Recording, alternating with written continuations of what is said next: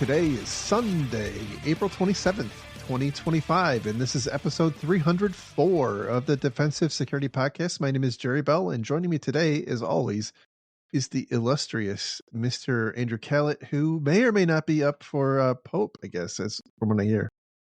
Really not allowed to comment, for the record. But Okay, fair enough. But illustrious is impressive. I also had nothing to do with the previous Pope's untimely demise. I know there's rumors.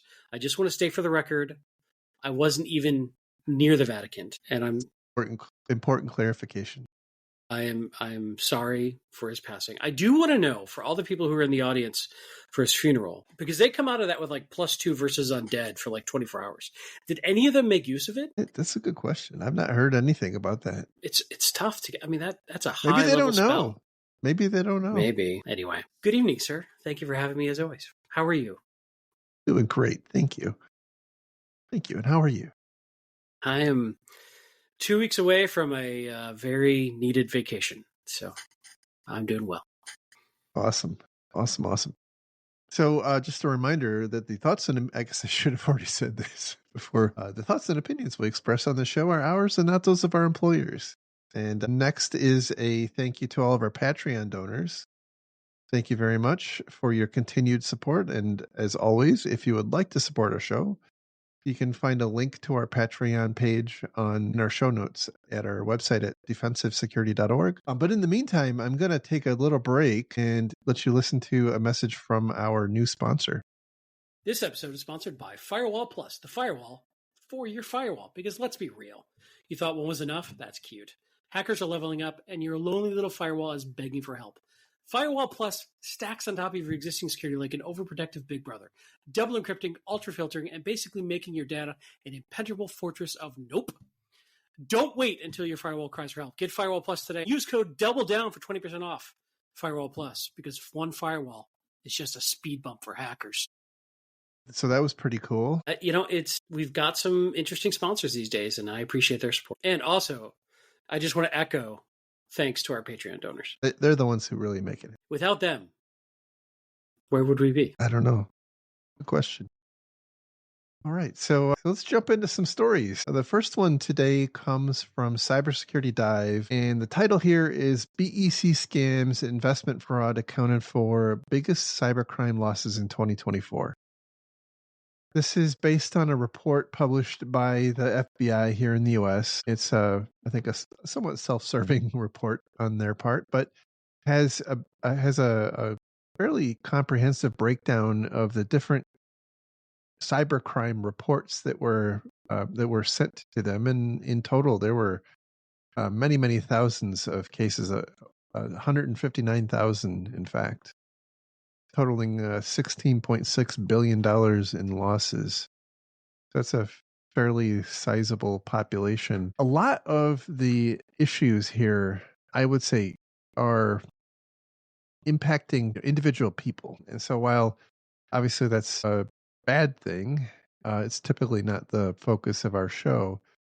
But there were some data points in here that I thought were worth talking about as it pertains to kind of corporate and organizational IT and IT security. One of the breakdowns, if you go into the actual report, is year by year for the last 3 years, comparison of different categories of losses.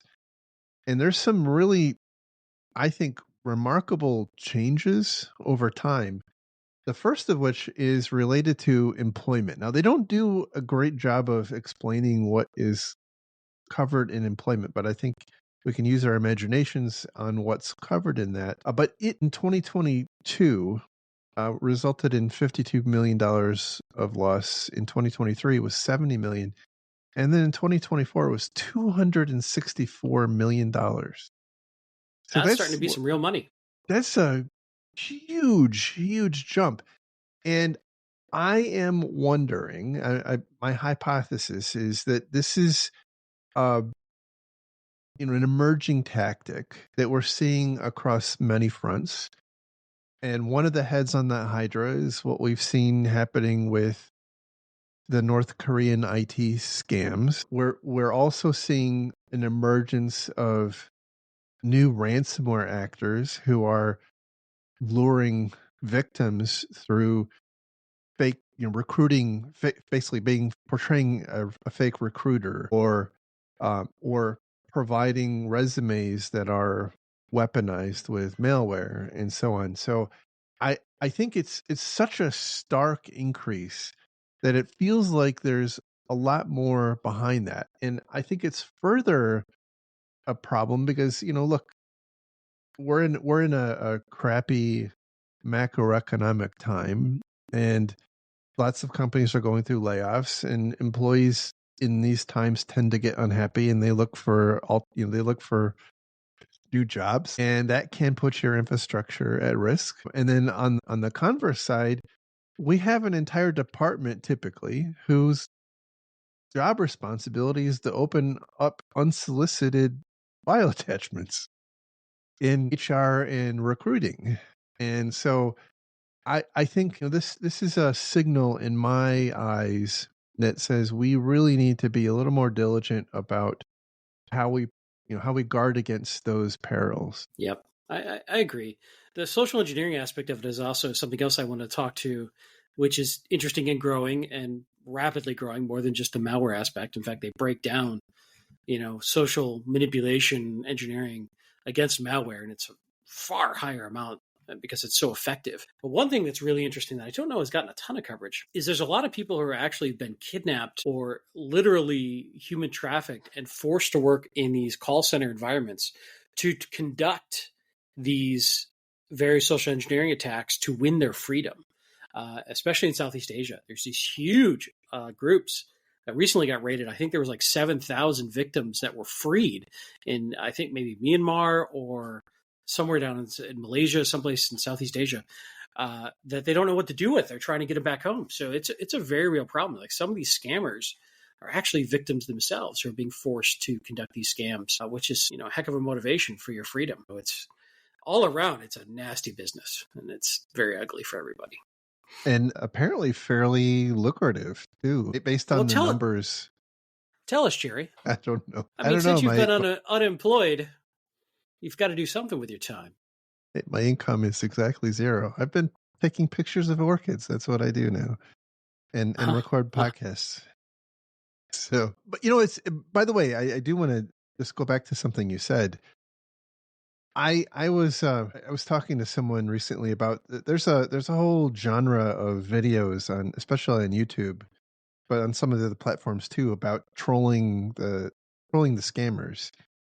And so I was talking about that with someone, and they pointed out exactly what you said about how, you have to, in some respects, be cognizant that some of the people that you might be trying to exact retribution from are themselves victims. And I didn't at the time recognize that. And so it's an interesting point. Yeah, there's one guy who does just general scam sort of awareness, not necessarily business focused, but he goes by the name of Pleasant Green on YouTube. Really approachable, really good videos, like completely unsolicited plug for him. He's got millions and millions of followers. He doesn't need our support, but he does a great job, and he's very empathetic too. And often when he gets to a point where he's engaged with these scammers and he eventually figures out where they're coming from and who they are, sometimes if he can, he'll start talking to them about what they're doing and try to guide them down a different life. Like, he'll even, instead of letting them scam money out of him, he'll pay them legitimate money, real money, for some task that he wants done, like some, reasonable thing. Like, hey, go give money to this orphanage and I'll give you $50. And he's trying to, like, show these folks, because often they all have a hard luck story of how difficult it is they're trying to provide. It's usually, out of Nigeria is most often where he finds these people coming from, which, again, that's a very common stereotype of scams coming out of Nigeria, and it's because it's common. Anyway, very long story short, he tries hard to give these scammers who aren't their own, not the human trafficking victims, but the actual scammers of their own volition, a better path in life, as well as educating folks on how these scams work. And it's really interesting. And he usually can get really deep into their operation and figure out how they're operating. He's gotten work with some other folks to like tap into the security cameras in the call centers and like pull up malware on the bad guys' machines and like pop open their webcams. It's pretty interesting. So check out Pleasant Green if you get time on that topic. Sorry, unsolicited plug there. Awesome. I have watched some of his videos and they're pretty good. There were two other areas that had really marked increases. I'm not going to cover investment scams because I think that's really more of an individual attack. It's typically like cryptocurrency, rug pulls and crap like that. But there's personal data breach, which almost doubled in a year from $744 million to $1.4 billion in losses. And then tech support scams, which was about a 50% increase from 924 million to almost 1.5 billion.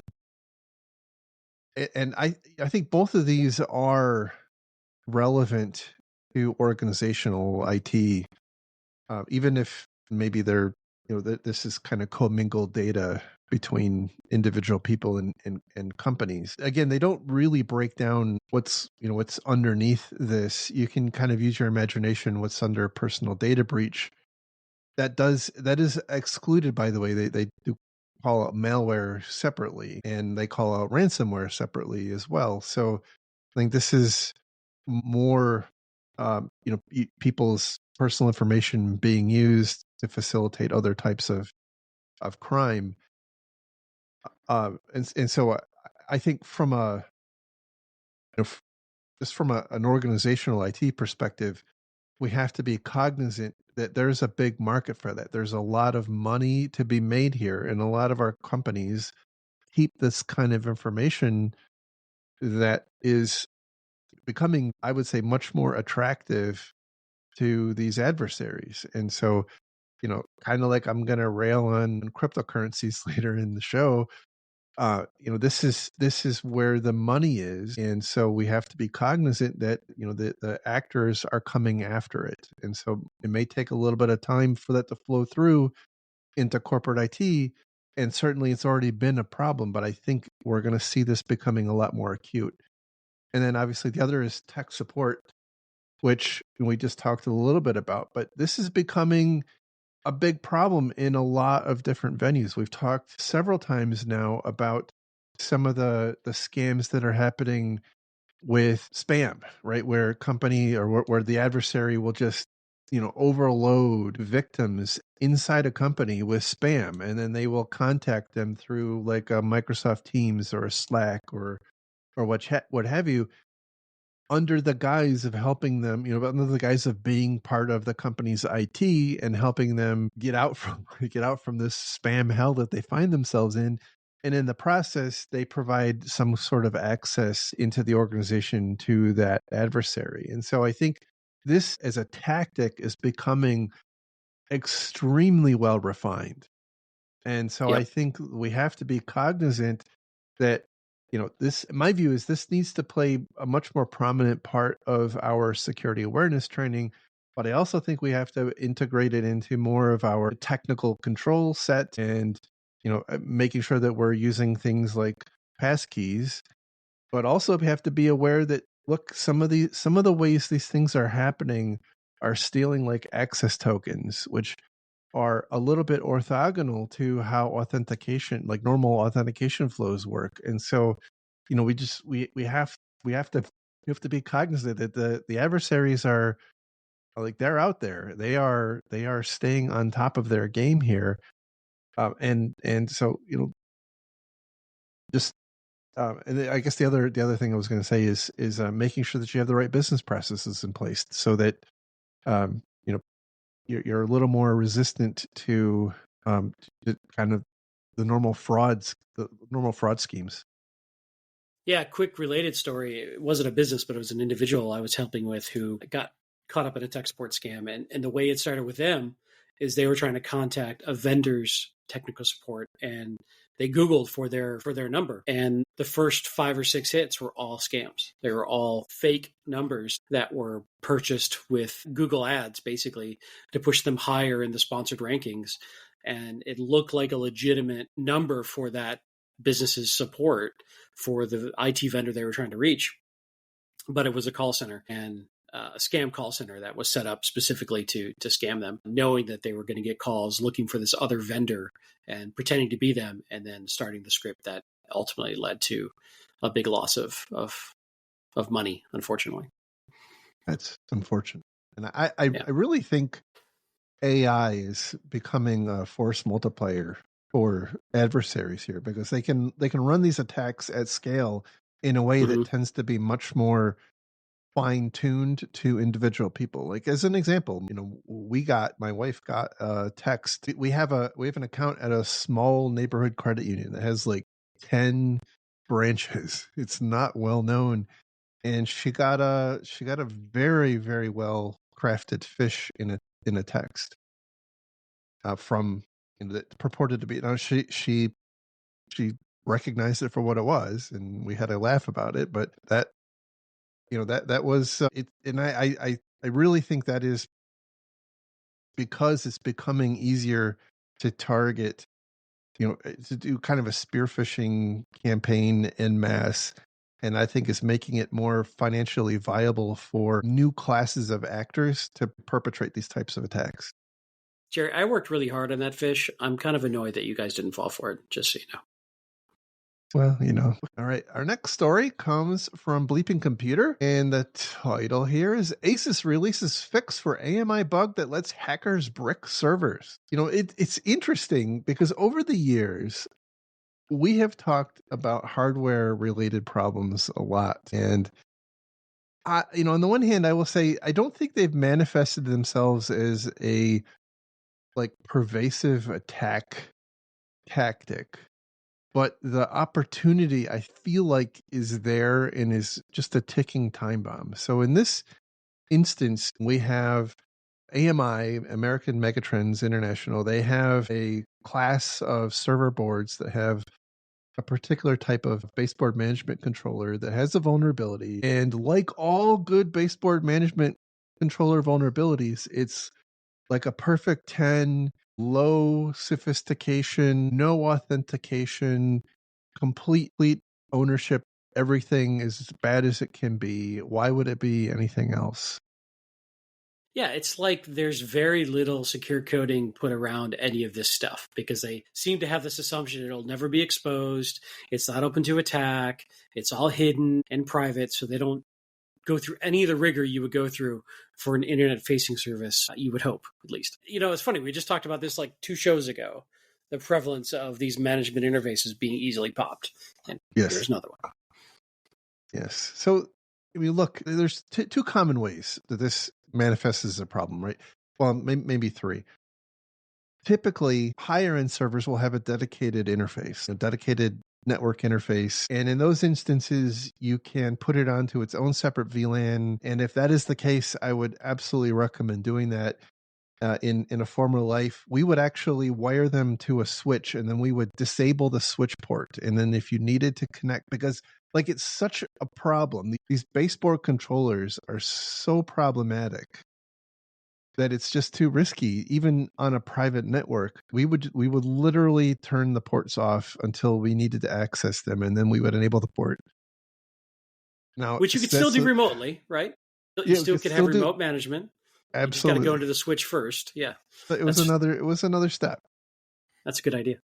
So there's an idea for you. Some servers that are less expensive will multiplex the baseboard controller onto the same Ethernet port, which you may or may not be able to split off into separate VLANs with your. If you can, highly recommend doing that. But it removes the option of disabling the switch port. Although you can disable the VLAN if you're able to do that. And then the third way is kind of in-band through the server itself, through APIs in the operating system. And that one is, I think that the typical thinking is, well, like if an adversary is able to do that they have the access they need to muck with the hardware, it's game over anyway. And to some extent that's true, but there's 2 points that I think are relevant there. Number 1 is, while it's true that if somebody's able to get into your server, they can do all sorts of stuff, but this can actually lead to the physical destruction of your server by changing voltages and whatnot. So it's more impactful than just like somebody being able to steal all your data or wipe your hard drive or encrypt all your files or what have you. They can actually render the hardware unusable in the extreme case. And the other is, what about cloud providers? In what Right? sense? Cloud providers often provide bare metal hardware as an offering, and so while if I were an evil genius, I wouldn't go into a cloud provider's bare metal server and like just try to wreck it. Like I would try to implant something that allowed me to maintain persistence, so that after I turn that server back in, I would have access to the new tenant's information. Now, this is a an arms race, realistically with cloud providers, because that was something that I read about a lot. And we did everything we could to make sure that after a bare metal server is turned in, you're kind of reflashing it. But I've always had this kind of bad feeling in the pit of my stomach that we just like this is a more complicated Yeah. area, and the security tools that are available to you are really, really weak. Like in this instance, one of the concerns I would have is like, how do you know that you've patched all, because there's patches for a lot of the vulnerable servers. How do you know that you've got them all patched? Right? Because a lot of us use agent based vulnerability scanners. Well, there's no agent that you can run on your base controller. Like that's not a thing. You might be able to do a network based scan, and it might be able to identify the version and might have information. Yes. Maybe My if you could get a fingerprint off it. The other thing that you mentioned that struck a thought for me was the idea of a persistent malware existing across reinstalls and such. We saw a flurry of attacks against GPU firmware Mhm. last couple of years. So that's another avenue of, if you provide a bare metal box, how much of that can you reflash? How many different areas could somebody store some sort of resident persistent malware, and how viable is it to put all that back to factory? I don't know, in an automated fashion, right? Because it's got to be scalable, it's got to be automatic, or Exactly. the economy of that service doesn't make sense. If you're dispatching a tech to go do all this stuff manually, that's not going to work.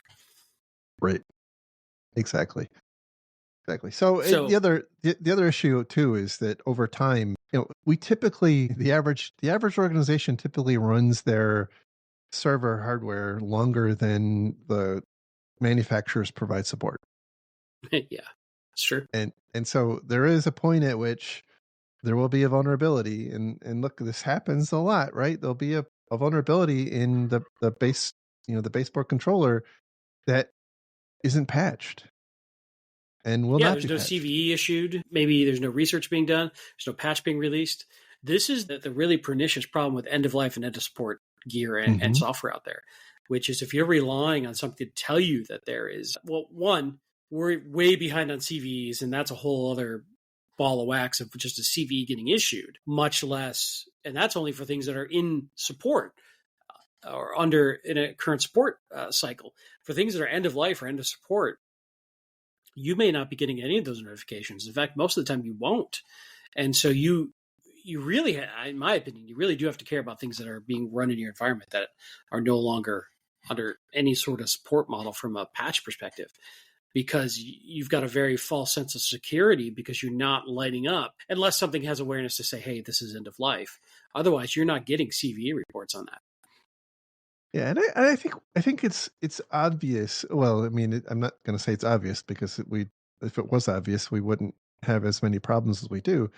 But I think it's more apparent and easier to identify when the end of life thing is an operating system or a database server or that sort of thing. I think it's harder to do when it's you know the motherboard of a server. or Yeah, how good is your asset management system for telling you that stuff if you even have it? That's so esoteric. yeah. So I don't have a great great answer for the whole thing. I will say minimizing the exposure of that technology I think will go a long way. And obviously making sure that you understand again what's in your inventory and you should have a process by which you're monitoring that. Now, I think it's different, by the way, in the context of a cloud provider, because like when I worked at a cloud provider, we would have 100,000 systems, but we would have a deep relationship with the manufacturer or manufacturers, and we would have 10,000 of one model and 10,000 of another model, and so we would have might have a bunch of different models, but we would know we had our hands on that information. And I think that's not necessarily the case for a lot of organizations who are buying a new server every year. And you end up with lots of different server models, maybe even different manufacturers. And so Yeah. I think this becomes a bit of an unwieldy problem for a lot of companies. Well, in your situation, you had to be in their top 10% of customers, which means you probably had dedicated technical account managers. You probably negotiated certain stable inventory types and all sorts of things that a small or medium customer just can't do. It doesn't have that Exactly. level of handholding from a vendor. So, Exactly. yeah. And So, what I'm hearing once oh, a go ahead. year, just burn all your servers to the ground in a field and buy new ones, right? So what you Is that do what you're is saying? you have a disaster recovery drill. You start a fire in the data center and the water comes out and fries all of your primary systems, and then you have to replace them all because they're all burnt. They're all toasted now. Yeah, All right. I think that's what disaster recovery is meant to be. For us recording right now, tomorrow's Monday morning. That is the first thing I'm going to suggest to my boss when I walk in the door tomorrow. I'll let you know how it goes. It's Disaster Monday. So the other I guess just other I guess a related point is that with things like this, AMI had to produce a patch. And then that patch had to go to the various manufacturers. That patch basically is for a reference implementation of the baseboard controller. And then that patch has to go to each of the integrators like Supermicro and I forget who all was in this ASUS in this one. yeah, HPE and ASRock and probably others as well. It has to go to them, and then they have to take that patch and basically tweak it to each relevant platform in their inventory, and then turn around that and provide that patch to their customers. And that takes a lot of time. And so even when you get the patch, that vulnerability has perhaps been out in the wild for a long time and maybe even known about. And that was something that I consternated over a lot, was getting a heads up from a provider like AMI that, hey, there's this vulnerability. Well, great, where's my patch? Well, it's 4 weeks away. That's not a great. That's not a In that case, at least you could take those interfaces offline. yeah But yeah. in this particular instance, but there's a lot of Not instances everybody that may can. not, yeah, Not that everybody may not can. be a viable solve.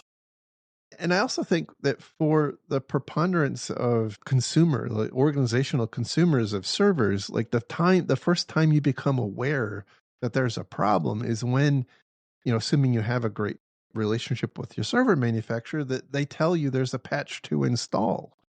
Well, again, it's been out perhaps in the wild for a long time before you have that patch land on your doorstep and know that you needed to take some kind of action. And so I that's why I am a big proponent of trying to take as many preventive actions like not having it connected to a live network as possible. I'll be honest, I thought this would have been a quick story, but man, you have opinions on this one. I'm sorry, I do. You are triggered, my friend. I do. I am. All right, let's move on. But it's good. It's good. It's all good commentary. You were touched in a bad place by a management interface, weren't you? Yes. Yes, I had some difficult difficult days. Show Anyway, me on the doll where the management interface touched you, sir. the good news is nothing bad ever happened. Like we always it was the diligence that is causing the PTSD. Now it sounds like you're just in denial. That could be. All right. The next story comes from the Register, and the title here is Microsoft rated this bug as a low exploitability. Miscreants weaponized it in just 8 days. Oops. Yeah. So this is an interesting type of a class of vulnerability that comes up every now and then. It's basically a password hash leak. Where an attacker is able to induce a system, a Windows system, to basically try to reach out and authenticate with a remote system by proactively passing its hash. Probably in retrospect, not the best protocol design wise, but I mean, here we are. It's easy to throw rocks at it right now. Anyway, this is another example of that where there is a particular type of file at its core. It's basically an XML file that's specially crafted. Prior to the patch for this being applied, even just like single clicking on the file, not trying to open it, just single clicking on it, or just like looking at the properties of the file would actually induce the vulnerability. And so what happened is that several actors, by the way, were apparently leveraging this attack. They packaging up at first, they were packaging up a file that was specially crafted into a zip, which they would send out via email, normal social engineering type thing, which when someone would open it, that the process of opening it would induce the unpatched Windows system to make a call out to an attacker control system, passing the hashed credentials, which was an attacker controlled system, so they were able to collect that, and then presumably either attempt to reverse engineer those or use them in some sort of a pass the hash type of attack. Now, I do want to say, by the way, just a side comment, like this isn't an attack, like this isn't an entry point unto itself. Like this would need to be combined typically with some other mechanism. Like you might have a situation where an attacker has obtained some kind of presence on your network and they're looking for a way to move laterally. And this might be a way for them to steal credentials that would enable them to move laterally. But anyway, after a while, they stopped even zipping it and they were just simply sending this XML file, bare in emails. And apparently people were falling for it. Now, because of the nature of the attack, they know, they can see where the hashes were being sent to, but I don't think they were able to see how many entities were necessarily falling victim. I think they said there were 10 separate campaigns using this tactic, but I don't think there's a good estimate on the number of actual victims in this. I think it was focused on some entities in Romania, if I'm not mistaken. So anyway, one of the reasons I want to talk about this is that I think there's an underappreciation, broadly speaking, about the complexity of Windows networking and authentication. And that I think leads to a lot of these problems. And so this is one where if you design your environment correctly and you choose the correct settings, you're really not going to be heavily impacted by this. So for example, you should only be using Kerberos. If you're only using Kerberos, then this isn't a problem. But how many people know, like, that's a trade-off, right? It's a big trade-off, and it makes things more complicated because Kerberos, let's face it, is kind of a pain in the ass, and so on. And another way is making sure that you don't permit SMB traffic to exit your environment, and Yeah, that was on my requiring list. the authentication connections to be signed and whatnot. So there's ways to do it, but I think that the concern I have is that you have to know that this class of attack exists, and this is but one relative. I mean, it's bad, right? But it's one very specific kind of attack technique. And again, I just think that, broadly speaking, it's not hard to see why we have so many freaking problems with large scale breaches because it is so complex. And I just, I think that was, you know, look, there's no absolutes here. Some people do a fine job of designing and managing their networks, but writ large, the industry does a crappy job of understanding the threat here and making intelligent trade-offs. Yeah, agreed on all those points. And a couple of points I had written in my notes too. The limiting outbound traffic. Nobody does it, but I think it's a very effective technique to stopping this sort of thing. But it's very rare to see. Highly recommend it, but it takes a lot of knowledge of your environment and a lot of clueful administration, and it adds friction and slows things down. So that can be a problem with leadership. The other thing I thought about as we were talking about this and doing research on this article was I don't know for certain that the various benchmarks cover this sort of thing, but you're talking about make sure you use Kerberos or make sure you set it up this way or turn off that thing. Some of the times those benchmarks, like the CIS benchmarks for running Windows X, whatever it is, Windows Server 2027 or whatever it may be, have those sorts of suggestions that some people may not know why. And they go, I don't know if we need this or not. Sometimes it behooves you to just do it and even if you don't necessarily understand, follow the benchmark. It's probably in there for a reason. And that's not a bad way to go.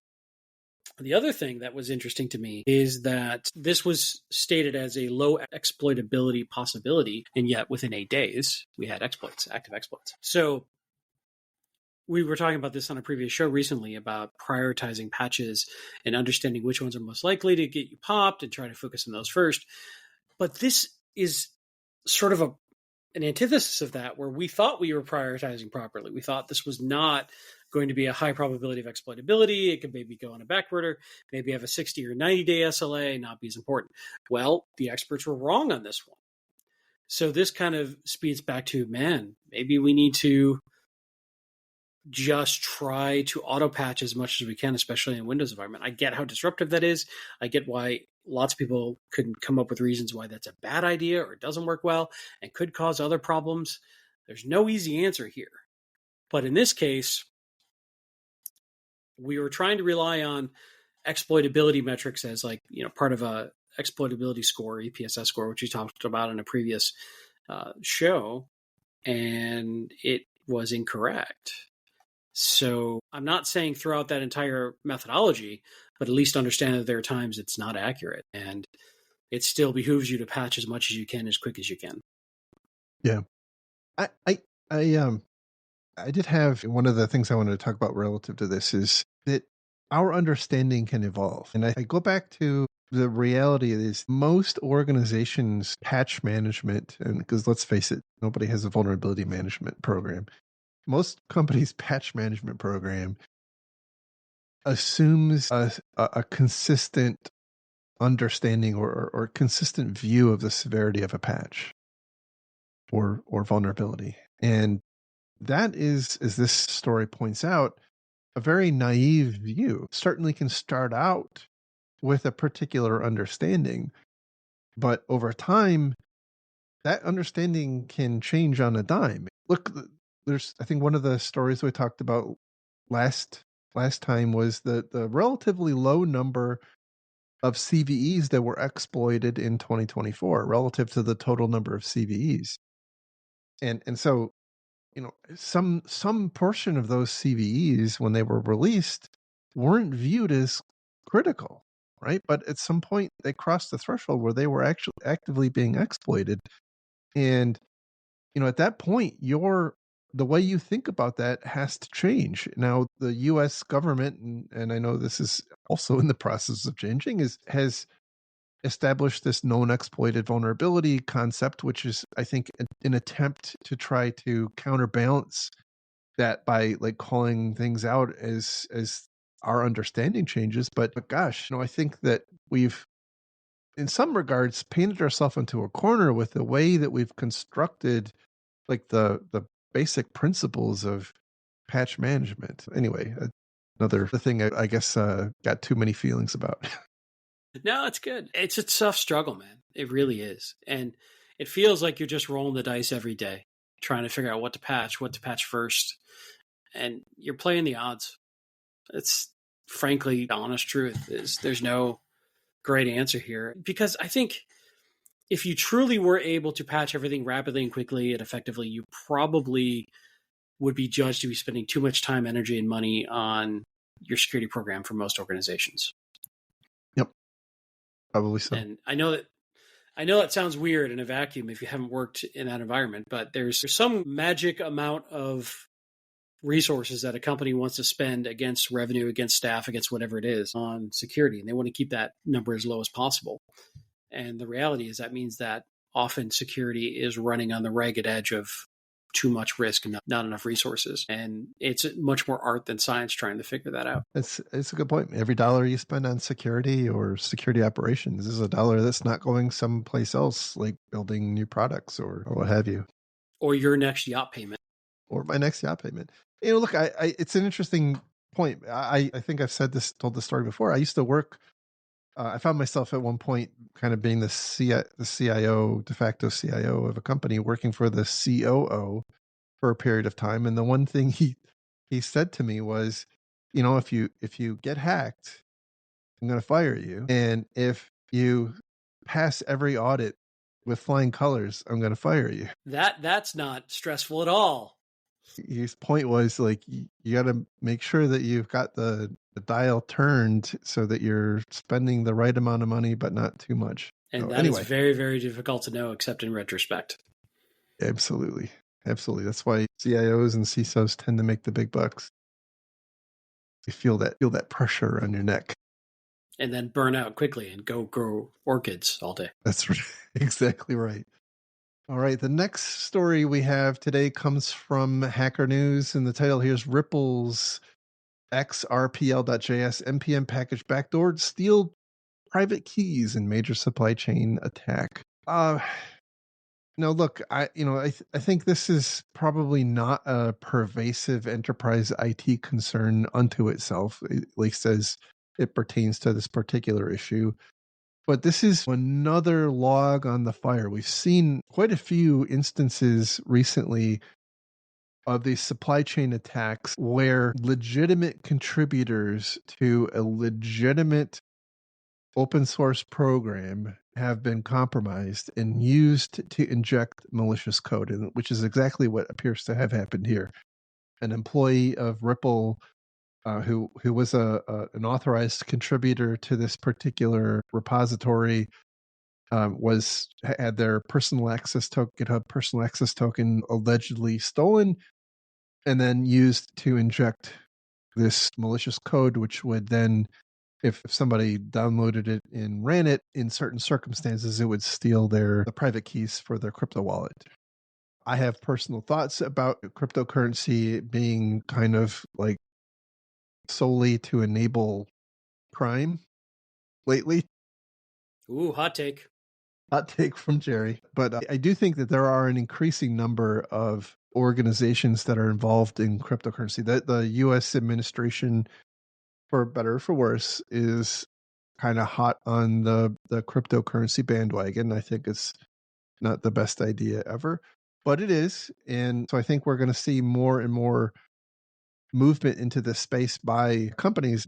And I think we have to be cognizant, like this is a very commonly attacked space. And so if you do find yourself in the sphere of working on anything related to cryptocurrency, you have to be very cognizant that there are a lot of actors who are being quite innovative in these supply chain attacks. But even beyond that, NPM has been something we've talked about I don't know how many times. Like it is a frequent flyer on this podcast because it just features so many times as a source of some sort of malware due to a supply chain attack like this. And I think as a category of problem, like we don't have a great solution to this. This in this particular instance, like we see like the spectrum of potential problems spans a huge continuum, and everywhere from completely maliciously constructed open source packages that have lookalike names, all the way to what we have here, which is an otherwise trusted piece of software that was kind of co-opted. And then you have other, like, everything kind of falls in the middle there. Like, this is becoming, I think, more common and more acute. And as we, as an industry, rely more and more on open source stuff, I think we've got to get this under control. I don't have magic answers. I'm sure people will be happy to sell you all kinds of software and crap to help you out, but man, this is a challenge. Yeah, you hit all the things I had in my notes. Well said and agreed. It is an area that scares me as a security leader for a software company. This feels like a very large attack vector that is getting worse, Mm-hmm. and I don't have, like you said, I'm sure there will be plenty of people out there willing to sell me stuff, but I don't really have much confidence in this ecosystem right now. There's this big balance between fast innovation, auto updating the latest version of these packages, and conflicting with known, stable, safe, good, reliable versions of packages. And obviously, it's working. The bad guys wouldn't be going after this if it wasn't an effective technique. And I think it's going to get worse before it gets better. And I think, unfortunately, we've talked about this before, these various code repository environments are probably going to be, for their own public relations sanity, probably going to have to start doing something. I'm not saying it's their fault. I'm not saying they should have to, but I bet just because their name keeps getting dragged through the mud, they might start having to step up to do something to try to somehow limit the ease of distribution of supply chain attacks through their infrastructure. Yeah, I agree. I agree. And like I said, I'll go back to, I think, broadly speaking, this is a big problem, but I think it's becoming an exceptionally acute problem if you have anything to do with blockchain or cryptocurrency. And if you do, just, you know, you better have the right processes wrapped around your development ecosystem, because this is it's not going away. It's getting more acute. Yeah. Yeah, I agree. But I also will say that my advice on crypto is usually bad because I knew about Bitcoin when it was a few cents a coin and I went, that's not going anywhere. So what do I know? Same, same. All right. The last story we have also comes from Hacker News, and the title here is 159 CVEs exploited in 1Q or Q1 2025, 28.3% within 24 hours of disclosure, which is kind of amazing. So that equates to 45 flaws, 45 vulnerabilities and this is just the first quarter of 2025, were weaponized within a day of disclosure. So they were being actively exploited within a day. There were 14 more that were exploited within a month, and then another 45 that were within a year.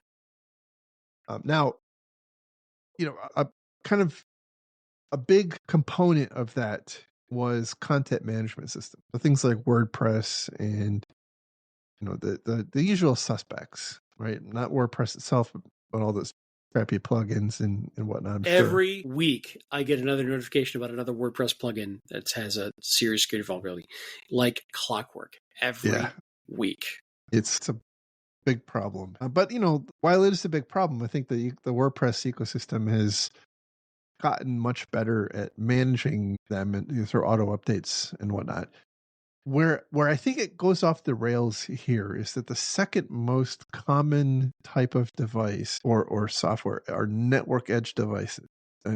29 of the 159 CVEs were related to network edge devices, and that's we're going to have, I think, a separate discussion on another show about the Verizon data breach report and the Mandiant M Trends report. But I know that the Mandiant M Trends report highlighted that I think it was the top 4 exploited vulnerabilities were all network security appliances like Palo Altos and Avantes and that sort of thing.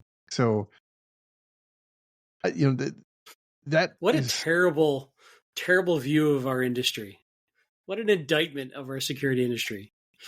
Well, look, we've talked about this a lot in the past. Anybody who's worked in the security industry, I think will have horror stories about the security practices or the development practices as it pertains to security of their products. And I think a big part of that is because the leadership of those companies is so bought in. And this is something I think that I got from you, by the way. The leadership of those companies is so bought in to their own effectiveness that they don't actually think they have to spend that much time on their own security practices, or at least the practices of developing their product, because like the product is intrinsically secure because it's a security product, and that is Yep. not the case. But I did want to highlight the network edge issue, which is a problem because we now have a situation where vulnerabilities are being discovered and exploited within a day on devices that are on the edge of your network, which is a terrible thing. At the same time, what is the patch frequency that most organizations use for critical patches? I don't know, 90, 120 months. Yes. 30 days is typically in a an aggressive thing now. And by the way, those network devices, in my long experience, often are the can gets kicked down the road because like that's disruptive. I don't want to patch that right now because like we're doing quarter end processing or what have you. So And a patch disrupting production is 100% probability, while a hack is a unknown percent probability. So therefore, dot. correct. However, I think we're seeing much more weaponization of vulnerabilities on these network appliances. And so if you pair that with the way the attacks are happening, they're happening in a much more automated fashion. They're using things like Census or Shodan to identify, candidates to exploit. It doesn't allow you to hide. I mean, it's becoming almost a guarantee that if you have a system that's vulnerable, exposed to the internet, and it's there's an exploit out there, you're gonna get exploited, and it's not a Well, if. this, yeah, agreed. Like, there's so much automation around that if it's open, it's kind of a couple of side topics that come up or comments on this. It's like when somebody wants to know how many scans you're getting from the internet and trying to use that as some sort of valid metric. All day long, every day, all of your stuff is getting scanned all the time. That's not very valuable information. But the other thing, and this is probably very naive, and it's something that I've kicked around a lot. So here, what this is implying is as soon as the CVE drops and the patch drops, I should say, the information of that CVE or that patch is basically pointing the bad guys to where the problem is what they're saying. And so the bad guys go and figure that out, and then they weaponize that and they exploit it, and then exploit code is out in the wild. One thing I've never seen anybody talk about, and I have no idea, there's probably a very good reason for this, is there something we should be doing to obfuscate what the patch is actually fixing? Should we be doing something to try to not make it so obvious that this bit of code is the problem? So go decompile this and go look at this, right? I have no idea how valid or reasonable this is, but we're getting to a point where it seems like we may want to consider that. If our patches are being weaponized against us, if we're giving information to the bad guys that here's where we're vulnerable, maybe we can find a way to be less vulnerable or less willing to disclose that information by patching a little more obscurely or hiding the patch amongst a bunch of other changes. Look, I get that this is a heretical suggestion, but if we're in this world where if we put out a point patch and then it quickly becomes used against us because they decompile it or whatever and figure out where we're patching, and therefore they know exactly where to go look to find the flaw and then attack the flaw, maybe we need to consider somehow obfuscating that information. Yeah, there was a very recent, and I'm not prepared to talk about it here, but there was a very recent article about how, and I don't even remember what vulnerability it was, but it was talking about how somebody identified, they got a notice that there was a patch for a vulnerability, and they fed the CVE details into ChatGPT. And then they pointed it was open source thing, and they pointed ChatGPT at the patches that fix the vulnerability. And ChatGPT actually developed a proof of concept. They had to iterate a bit on it, but like it they actually were able to create a working exploit for a vulnerability just based on the description of the CVE and the patch. And so, Wow. I'm sure that this person was also a competent programmer and exploit developer, and so I'm sure that helped No, out some man, as well. he was a hacker. It could be, but I think that is probably not the most common case. I do think that there are a fair number of vulnerabilities that, because of a lot of different factors. I'm dancing around the fact that I'm saying that I think we shoot ourselves in the foot because as an industry, the security industry is very, very, very, very competitive, and security researchers have to create a name for themselves. And part of that is the big splash, right? We have lots of researchers out there looking for vulnerabilities, and they do a good job. And I'm not faulting them. More power. We're all better for it. But at the same time, a lot of them will release proof of concept code kind of coincidental with the publication of the vulnerability. And I think that that is, in my estimation, probably the most common case where it's like purely shooting herself in the foot because like it's not even people having to reverse engineer it. It's like we're handing it to them handing it to the adversary on a silver platter. Now I know that, as she pointed out, it's kind of heretical to you know talk down on this because like anything else is just security through obscurity. And but I can buy that, right? Like if we were talking about the difference between like 30 days and 45 days. But we're talking about like 24 hours.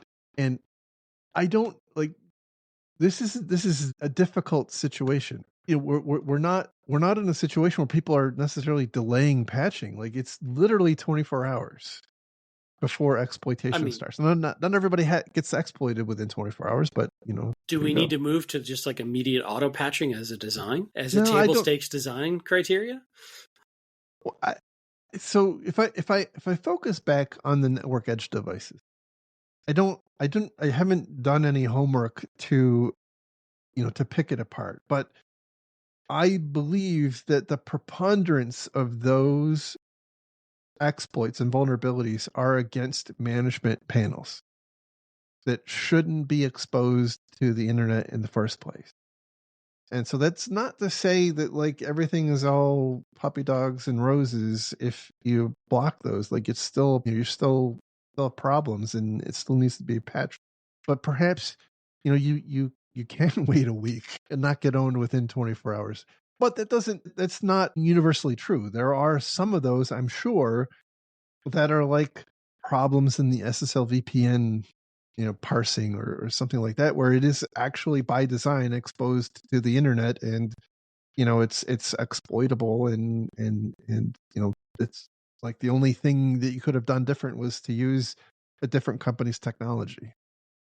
Yeah. And we're also kind of dancing around the responsible disclosure topic too, which is one that's very heated in the InfoSec community of, Mm-hmm. in fact, the term responsible disclosure itself is some people rage against that as a manipulative term by including the word responsible. I think some have gone to coordinated disclosure or some sort of thing. So I'm not getting into that debate today, but it is something that is often talked about of what is the right way to deal with this so that you can give the good guys a chance with understanding this and all the politics that go around this and what happens when organizations are ignoring you, and do you just disclose a POC to force them to fix it? And there's a whole genre of debate around this topic. Yeah, with 30 years of kind of case law wrapped around it. So this has been a long in the tooth debate, and certainly we're not gonna change any thoughts or minds, or really any aspect of the discussion, other than to say like the way that we're approaching it today is problematic. And it's not necessarily the problem of vulnerability disclosure. The challenge is that, like, on the ground, the facts are we have a device on our network that's exposed to the internet that has a vulnerability. which is exploitable within 24 hours of that vulnerability being announced. Like, those are the facts. Yeah, and we got product we're to going to deal ship, with so it. we'll get back to you. Right. Yeah. That's nice. God. That happens every day. You security guys are always telling us the sky is falling. Exactly. God. Yeah, Put your helmet it's a on tough and one. get back into the fight, Jerry. Right. It's okay. Nobody listens this deep into the show anyway, so. That's true. It's just us and the prisoners still listening. The cat's just wandered away. So don't even have a good cat to show you. I've got a Betty over here. She's sleeping on the chair next to me. I could try to pick her up if she's sleeping, and that would, she's a senior citizen kitty, so I don't want to disturb her sleep rude. too much.